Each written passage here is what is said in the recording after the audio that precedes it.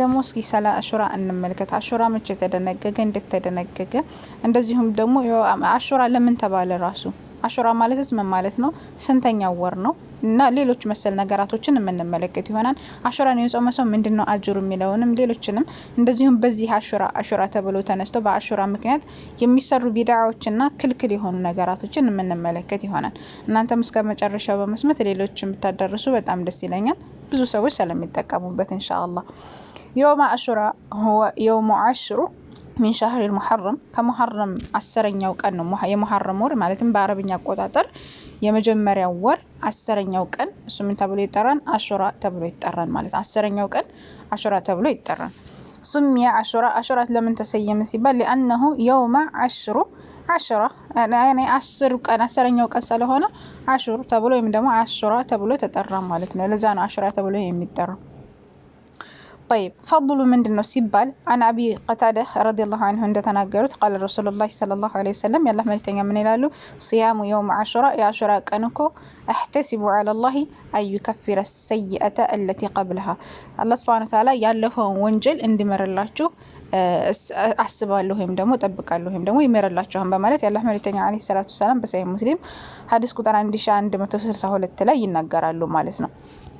ስለዚህ አሹራ መጾም የአንድ አመት ወንጀልን ወይም የአንድ አመት ኃጢአትን ያስወግድላል። የአንድ አመት ኃጢአትን ያስወግዳል ሲባል ከተውበት እንዳትዘናጉ ትናንሽ ወንጀሎችን ነው የሚያስወግድልን። ለዛም ነው ሸህ ኢብኑ ዑሰይሚን ረሂመሁላህ ተዓላ ምን ይላሉ? يكفر الصغائر ትናንሾችን ነው የሚያሳብሰው። አማ ከባኢሩ ታላላቆቹ ግን فتحتاج الى توبه ወደ ተውባ መቻኮል ይኖርብናል ወይ ተውበት ማድረግ ይኖርብናል በማለት ይናገራሉ ማለት ነውና እና ያላህ መልእክተኛ አለይሂ ሰላቱ ሰላም ይህን ቀን መጾም ይፈልጉ ነበር። 9ኛውን ቀን ማለት ነው መጾም ይፈልጉ ነበር። ለዛ ነው ያላህ መልእክተኛ ما رايت النبي صلى الله عليه وسلم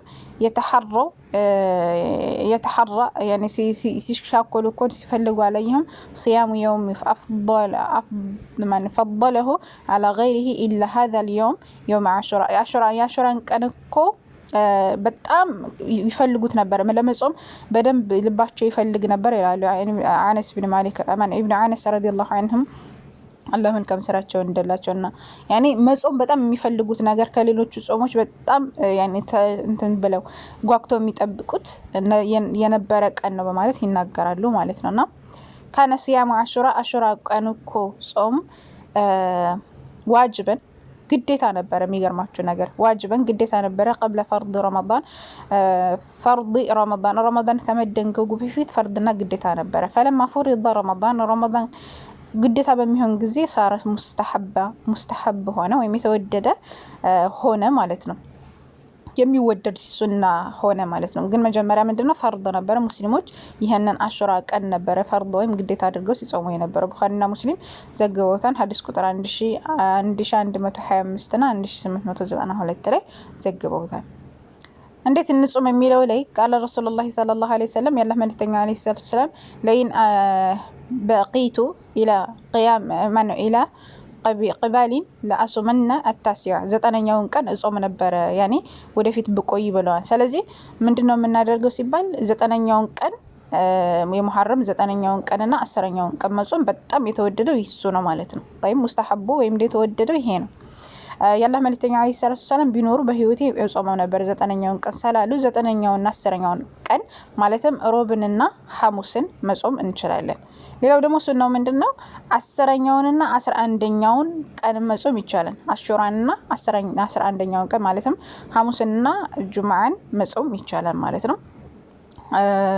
ይሄንን ማድረግ እንችላለን። ሌላው ደግሞ ከፈለግን ደግሞ ይሄንን መጾም አንፈልግም ካልን 10ኛውን ቀን ብቻ መጾም እንችላለን። ለዚህም ደግሞ ሙስሊም 1134ኛው ሐዲስ ላይ እንደዚሁም ደግሞ 11ኛውን ቀን መጾም እንደሚቻል አልባኒ ሰሂህ ባሉት ሰሂህ አህመድ እንደዘገቡት 2154 ላይ ታገኙታላችሁ። እንደዚሁም ደግሞ 10ኛውን ቀን ብቻ መጾም እንደሚቻል በተመሳሳይ ዑለሞች አስቀምጣሉ ማለት ነውና ይሄንን ደግሞ ሰሂህ ሙስሊም ሐዲስ ቁጥር 1162 ላይ ታገኙታላችሁ።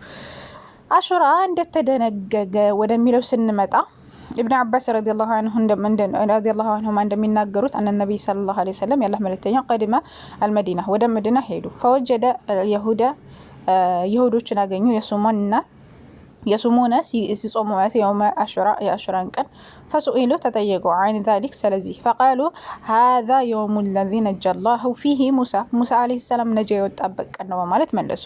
ወበኒ እስራኤል እስራኤል ልጆችም እንደዚሁ ሚን ገረቂን ከመስመጥ ማለት ነው ከውሃው መስመጥ የዳኑበት ቀን ነው።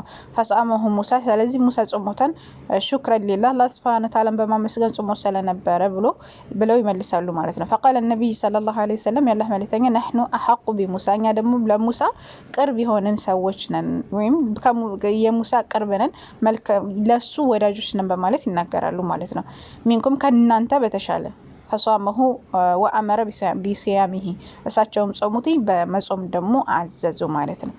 ሌላው ነገር የመጨረሻ የምንመለከተው ነገር ምንድነው? በእነዚህ ጊዜያቶች የሚሰሩ ስህተት የሆኑ ተግባራቶች አሉ ማለት ነው። طيب ከነዚህ ጋር በተያያዘ ለምሳሌ ضعيف የሆኑ ሐዲሳቶች እንትን ይላሉ። ለምሳሌ ያኔ እንትን በዚህ ከዚህ ውጭ መጡ ሼህ አልባኒ እንደተናገሩ ኩልሃ ሐዲስን መውዱዕ ናቸው ይላሉ ማለት ነው። በዚህ ዙሪያ የመጡ አሉ። ለምሳሌ እንትን ይሄ ምንድነው የሚባለው? ይሄ የሁሴን ሞተ ተብሎ ራስን መደብደብ ለምሳሌ ሻዓዎች የሚያደርጉት ነገር አለ። አቢል ቃይልን ገደለው ወይም ደግሞ አቢል